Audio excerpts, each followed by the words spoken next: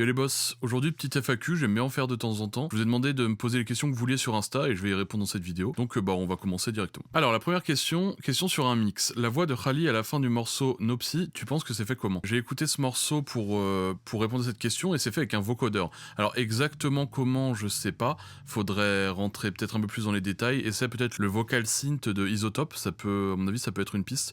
Mais en tout cas, c'est sûr, ou le Ovox de Waves, mais c'est sûr que c'est faux vocodeur. Ensuite, une question de Samy Le Dantec qui me demande si je vais me tourner vers d'autres styles pour les tutos, notamment électro, techno house, etc. Oui, potentiellement, c'est des trucs que j'aime bien mixer. J'ai des gens autour de moi qui en font, donc j'aurais pas de mal à avoir des trucs à mixer pour mes tutos, donc ça vous intéresse, n'hésitez pas à le dire. C'est quelque chose vers lequel je peux me tourner de temps en temps, ça peut être intéressant aussi, ça peut varier un peu et ça peut être cool. Ensuite, autre question, pourrais-tu faire des analyses de sons que tu trouves très bien mixés, expliquer pourquoi ils le sont? Ouais, je vais le faire en live à la rentrée. J'en profite du coup pour vous dire que la semaine prochaine, il y aura pas de vidéo parce que je pars à New York, déjà pour les vacances, et pour fêter à la fois les 1 an de ma chaîne YouTube, les 15 000 abonnés et mes 30 ans. Du coup, je vais faire ça là-bas, et donc... le moment où vous voyez cette vidéo, je suis à New York et le dimanche d'après, donc le dimanche 4, ce sera le jour de mon retour, donc j'aurai pas le temps de bosser de vidéo. Donc celle-ci, il y en aura pas. La semaine d'après, je sais pas encore, mais je pense qu'il y en aura une. Et dans la prochaine vidéo, quand je reviens, je vous annonce la date des lives. Comme ça, voilà, ça fait longtemps que je l'annonce, mais là, il y aura une date précise dès la prochaine vidéo. Et on fera des écoutes comme ça en live de morceaux que je trouve bien mixés. J'hésite encore, n'hésitez pas à me dire en commentaire d'ailleurs votre avis parce que... j'hésite pas mal entre Twitch et Kik, parce qu'en fait, il y a un peu moins d'audience sur Kik et tout, mais il y a le truc en fait de pas être bridé. Et le problème, c'est que si je veux faire des écoutes d'albums, je vais être vachement bridé par Twitch parce qu'il y a le truc des droits d'auteur, et j'aurais pas ce problème sur Kik. Donc j'aimerais bien votre avis là-dessus. C'est une plateforme quand même en train de monter, même si évidemment, je connais le côté un peu sombre machin. Moi, pour le côté justement droit d'auteur, je pense que ça peut être vraiment un bon coup pour moi, parce qu'en fait, je pourrais passer la musique que je veux, on pourrait faire les analyses qu'on veut, on pourrait rentrer dans le détail dans plein de trucs. Donc voilà. N'hésitez pas à me donner votre avis là-dessus, je me baserai sur votre avis en fait pour décider. Ensuite, El Loco qui me demande, est-ce que t'as déjà essayé le Storch Filtre de chez Slate? Si oui, t'en penses quoi? Ouais, j'ai testé quand c'est sorti la période d'essai, et j'ai pas aimé. Ça peut être un bon outil je pense, mais j'ai pas aimé parce que je trouve que c'est pas assez modulable, et en fait c'est à la fois trop modulable et pas assez. Du coup je trouve qu'il y a pas de choix de fait, et je trouve que ça sonne pas si bien. En revanche, c'est sûr qu'on peut faire des super trucs avec, qu'on peut préparer des super presets pour plein de trucs. C'est cool, mais je trouve ça un peu cher pour ce que c'est. Après, ceux qui ont l'abonnement Slate, ouais, on peut l'utiliser. Ça reste un outil qui est cool, mais c'est pas un truc que je vais me procurer, c'est pas un truc qui me fera prendre l'abonnement ou ce genre de choses, quoi. C'est pas, je trouve pas ça...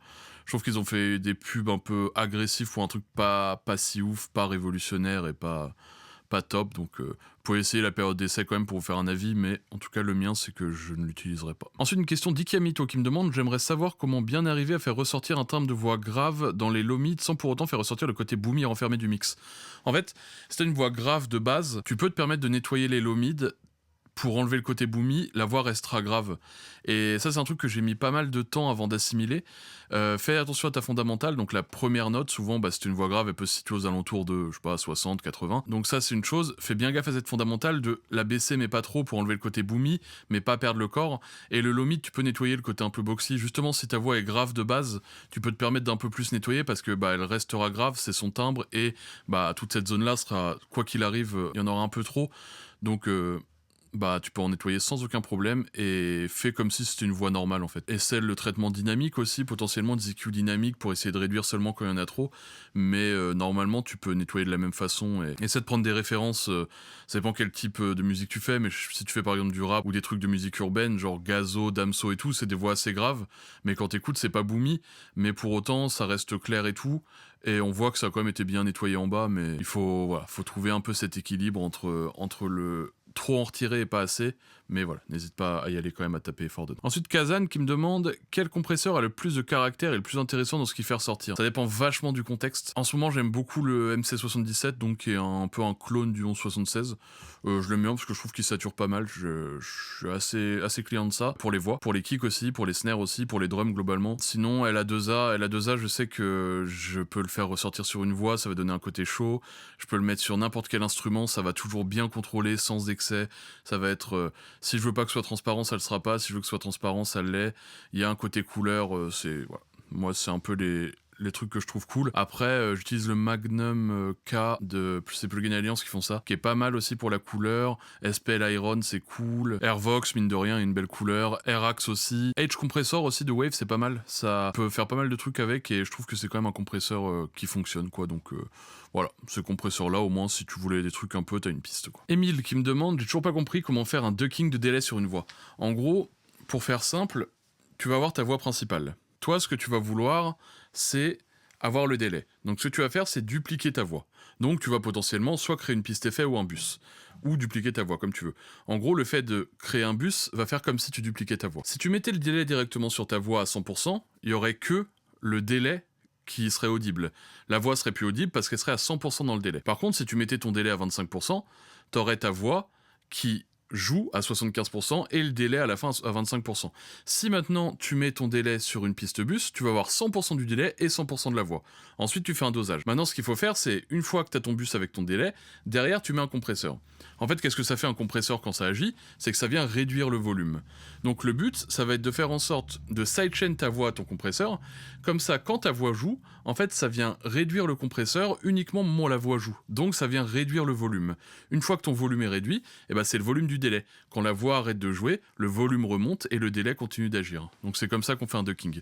En fait, tu fais un bus, tu mets ton délai, ou ta reverb, ou tout est fait, tu mets un compresseur derrière, tu le link à ta voix, et c'est la voix qui va faire réagir le délai et qui va réduire le volume. Donc voilà, comment faire un ducking, peu importe si c'est sur du délai, sur des reverbs. Après, t'as des délais qui le font directement dessus, comme Valhalla Delay, ou le delay qui est gratuit sur Plugin Boutique. Donc t'as directement un bouton gate, duck, etc. Donc ça peut peut-être t'aider. J'en profite pour faire une petite pause dans la vidéo pour vous rappeler que j'ai mis mon site en ligne avec tous mes produits. Vous voyez que je fais très rarement quand même des vidéos sponsorisées, j'en fais de temps en temps mais j'essaie de pas en faire trop souvent et du coup voilà, je me sponsorise moi-même entre guillemets, je veux parler un peu de mes produits. Donc vous savez, si vous me suivez, je fais des presets Studio Rack pour faciliter vachement le mix pour ceux qui n'ont pas envie d'apprendre, pour ceux qui veulent aller vite, avoir un résultat rapide sans forcément passer des heures et des heures.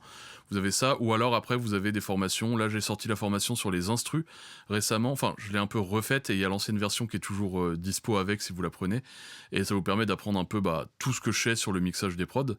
Là à la rentrée je vais arriver aussi avec des nouvelles formations mais plus pour les voix, donc voilà, on en reparle à la rentrée, mais n'hésitez pas à aller sur le site, c'est www.mixfield.fr, je vous mets le lien en description. Voilà, je fais une petite entracte pour m'auto-sponsoriser, mais c'est important pour continuer de faire des vidéos gratuites justement pour me permettre de pouvoir partager avec tout le monde ce que je fais. Je suis obligé de faire du contenu payant pour tout simplement pour me payer, quoi. Ensuite, Ferro qui me demande comment gérer l'équilibre entre les tracks vocales si on a différentes pistes de voix dans un même son. Alors déjà, la première chose, ça va être d'enregistrer correctement. Tu m'avais expliqué plus en détail, pas en DM, ce que tu voulais dire, mais en gros, si t'as une voix kickée machin, tu te mets boum à de bonne distance du micro. On se rappelle, on fait ça avec les doigts. On met son doigt d'un côté et la capsule de l'autre, on se recule un peu. Pourquoi on se recule? Parce qu'on va avoir tendance à s'avancer au fur et à mesure de la session, à se détendre, machin. Donc toujours le micro, on le met un poil plus bas et on se met un peu plus loin. Au fur et à mesure, on va être pile à bonne distance. Et en fait, le truc, c'est que même si tu changes de voix, tu me parlais de voix potentiellement chuchotée, plus proche du micro, il faut quand même garder une cohérence de distance parce que ça va être l'effet de proximité.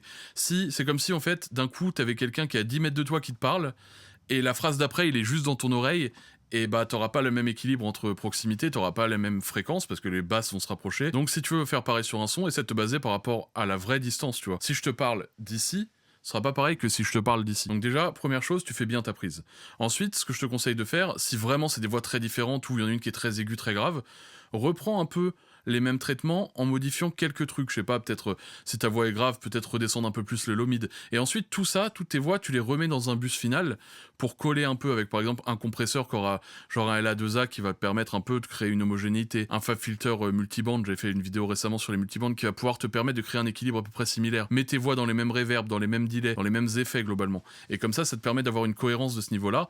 Et voilà, si tu rec normalement de la bonne façon, en fait, si t'as une voix aiguë et que d'un coup t'arrives, tu peux te rapprocher un tout petit peu, mais en fait, je te conseille quand même de rester toujours à peu près à distance, à bonne distance, parce que je sais que c'est un problème récurrent de pas réussir à faire jouer les différentes prises entre elles, mais je te jure qu'en fait, il faut pas se prendre la tête, il faut juste tout bien rec à bonne distance, et après, en vrai, ça va tout seul. Une fois que tout est rec bien, le mix, ça devient facile, quoi. Ensuite, Loïc Audry qui me demande « Salut, pourquoi j'ai un bruit de fond qui apparaît dans mon mix lorsque j'utilise le Little Radiator ?» Et je pense que c'est parce que tu n'as pas appuyé sur le bouton Noise. Si tu désactives le Noise, normalement t'auras plus ce problème. Pareil, faites attention avec le Edge Delay de chez Waves. De base, il est sur 2, le bouton analogue, mettez-le sur Off toujours. Ou alors en tout cas pas sur 2, parce que 2 il est catastrophique, fait un bruit de fond, il suffit que vous en ayez 2-3 dans votre session et la session est un peu cramée, quoi. Donc ça peut venir de ça. Ensuite, Sometimes Glow qui me demande comment traiter une voix qui sonne nasale. Alors, il faut prendre une EQ et faire attention dans la zone entre 700 et 1500 Hz. T'as pas mal de voix de nez dans ces zones-là. Et tu prends une EQ, tu piques un peu, ou alors même tu piques vers le bas, et t'essaies de tourner, d'enlever 2, 3, 4, 5 dB pour voir, et puis t'essaies de trouver la zone qui est nasale, et hop, tu retires ça. Si t'es trop nasal, tu resteras nasal. On peut pas changer non plus le timbre à ce point, mais on peut arranger un petit peu ça. On peut en tout cas réduire le côté un peu agressif, un peu, voilà. Si tu chantes du nez, tu chanteras toujours du nez, il faut faire avec, et il faut réussir à faire en sorte de trouver un truc qui fera que ce sera cool, quoi. Ensuite, Idrisless qui me dit « Moi je pense qu'un G-son n'existera plus incessamment sous peu, qu'en penses-tu » J'en pense pas grand-chose, à vrai dire. Je pense que tu parles par rapport aux IA, un peu entre guillemets, où moi je me fais pas trop de soucis par rapport à ça, parce que évidemment on va avoir des outils qui vont faciliter le travail, mais avant d'être complètement remplacé, il y a un peu de marge, et l'important c'est juste de prendre les virages au bon moment. Ça a été pareil quand c'est passé de l'analogique au plugin. Il y a des gens qui n'ont pas pris le virage et des gens qui l'ont pris. Là, il va y avoir un peu plus d'IA, potentiellement de trucs automatisés. Il y a des gens qui vont prendre le virage, d'autres qui vont pas le prendre. Moi, je vais le prendre, clairement. Ça me dérange pas, ce genre d'outils. Au contraire, moi, ça me facilite le travail. Donc, ça permet d'être plus proche du côté artistique que du côté technique. Ça permet de faire des tâches parfois un peu ingrates et un peu, par exemple, de l'editing, c'est assez fastidieux. Si on peut me faire un outil qui m'enlève tous les clics, tous les machins, tous les trucs, croyez-moi bien que je vais l'utiliser avec plaisir, hein. Je vais économiser 2-3 heures de taf par mix. Je vais le faire avec plaisir et ça me remplacera pas pour autant. Mais voilà, moi je me fais pas de soucis avec ça. Ça va impacter tout le monde de toute façon, et il y a des choses qui vont changer vis-à-vis de ça dans tous les domaines, donc je me fais pas trop de soucis. Ensuite, Lord J. Prince qui me demande « J'ai construit une cabine acoustique et le rendu est moyen, que faire ?» Il me faudrait plus de détails pour pouvoir te répondre. Si t'as encore des résonances, c'est que il y a pas assez de trucs acoustiques. Si t'as juste mis des mousses, potentiellement les mousses c'est pas toujours de bonne qualité. T'as peut-être mis trop d'acoustique, du coup ton son est trop mat, trop boxé, trop boomy. Peut-être que ta pièce est trop petite ou trop grande. Peut-être que c'est tes prises de voix qui vont pas. Peut-être que c'est ton matériel. Peut-être que c'est tes morceaux. Peut-être que ça peut être plein de choses. En vrai, il me faudrait plus de détails. Si t'as fait une pièce avec une acoustique qui est traitée vraiment bien acoustiquement, qu'il n'y a pas de résonance et que elle est pas non plus trop boxée, à mon avis, ça vient de la technique de prise de voix qui doit pas être bonne. Du coup, voilà. Il me faudrait plus de détails, mais je pense que tu peux te tourner vers ça. Si tu es sûr de ton acoustique, tu peux te tourner vers la technique des prises de voix. Ensuite, Kev Biscuit qui me demande « Fais-tu des sessions 1-1 en visio, en mode explication de comment mixer la voix ?» Non, j'en fais pas parce que j'ai quand même envie que mon contenu soit disponible pour tout le monde. Après, par contre, je ferai potentiellement des trucs comme ça en live, où quelqu'un m'envoie un morceau, on l'écoute, on en discute et tout. Je prendrai des gens sur Discord potentiellement, c'est des trucs qui peuvent se faire, juste il y aura plein de monde et je ferai des petites sessions comme ça. Je sais pas encore ce que je vais faire en live. Je sais que je vais commencer à tourner directement mes vidéos en live, à la fin vous me poserez des questions et puis on fera des questions-réponses par rapport à la vidéo. Donc déjà ça c'est une chose, et voilà, je vais essayer de faire plein de trucs en live par rapport au son. Je ferai pas que ça, je ferai potentiellement des games de je ne sais quoi encore, on fera du talk, on fera plein de trucs, on essaiera d'écouter les albums quand ils sortent, on essaiera de faire des analyses de tout ça, mais voilà, je vais faire plein de trucs comme ça en live, donc vous inquiétez pas, vous pourrez avoir plein d'infos. En tout cas, j'essaierai de vous apprendre un peu ce que je sais, quoi. Et ensuite, dernière question, Koulas Roro qui me demande « Qu'est-ce que tu penses de bosser sur des EQ sans visuel ?» Ça permet de mieux se focaliser sur le son, à savoir quand même qu'au bout d'un moment, en fait, on a un peu l'aspect visuel dans notre tête, même quand on n'a pas le visuel. Une fois qu'on sait à peu près les boutons, comment ils fonctionnent, on sait que si on monte les hautes, dans notre tête, en fait, on va voir la courbe qui va monter les hautes. On va entendre aussi si c'est plus piqué, si c'est plus shelf, si c'est plus machin. Ça, au fur et à mesure, on est habitué, donc finalement, ça change rien. Après, c'est intéressant, des trucs comme FabFilter, où il y a carrément la représentation en fond, parce qu'on peut se dire, ok, deuxième harmonique, troisième harmonique, tac, ça c'est trop, ça c'est machin. On peut voir, par exemple, quand on va essayer de spotter des S, boum, on a un pic de S, boum, on vient le grab directement, on descend, ou alors on prend la fréquence, on met un DSR. Ça peut être intéressant pour être plus précis d'avoir l'EQ graphique. Après, en vrai, ça change rien. Ça dépend de ce que tu recherches. Ça dépend de plein de choses. Ça peut être plus intéressant pour se focaliser vraiment sur le son, de pas avoir de visuel. Mais tu peux être plus précis quand tu as un visuel. Donc, il faut apprendre à utiliser les deux outils et puis comprendre comment ça marche. Et puis, Après, normalement, tu sais utiliser correctement tes outils. Donc voilà pour cette dernière FAQ qu'on fera en vidéo. Je pense que les prochaines, on les fera en live, et puis après, bon, je les reposterai en vidéo, mais on fera plus des trucs comme ça. Je pense que ce sera plus cool pour discuter, pour interagir. Vous pourrez ajouter un peu de matière à vos questions, on pourra rebondir sur des choses, donc ce sera cool. Je vous rappelle que le 4, dimanche 4, je ne sors pas de vidéo parce que je suis en vacances.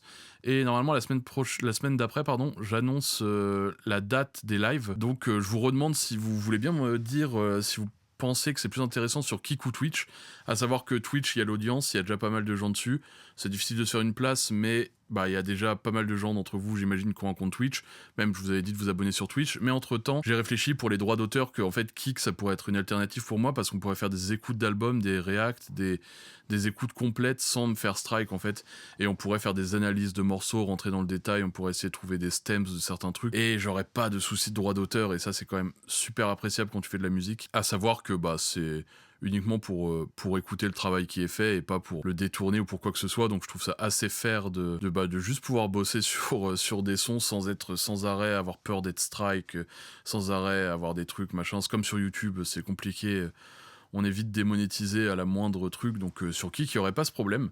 Donc voilà, dites-moi vos avis, je les prendrai en compte, je vais y réfléchir, et à la rentrée je vous annonce ça complètement. Donc voilà, n'hésite pas à laisser un pouce bleu si la vidéo t'a plu, à me suivre si c'est pas déjà fait. Merci de m'avoir écouté,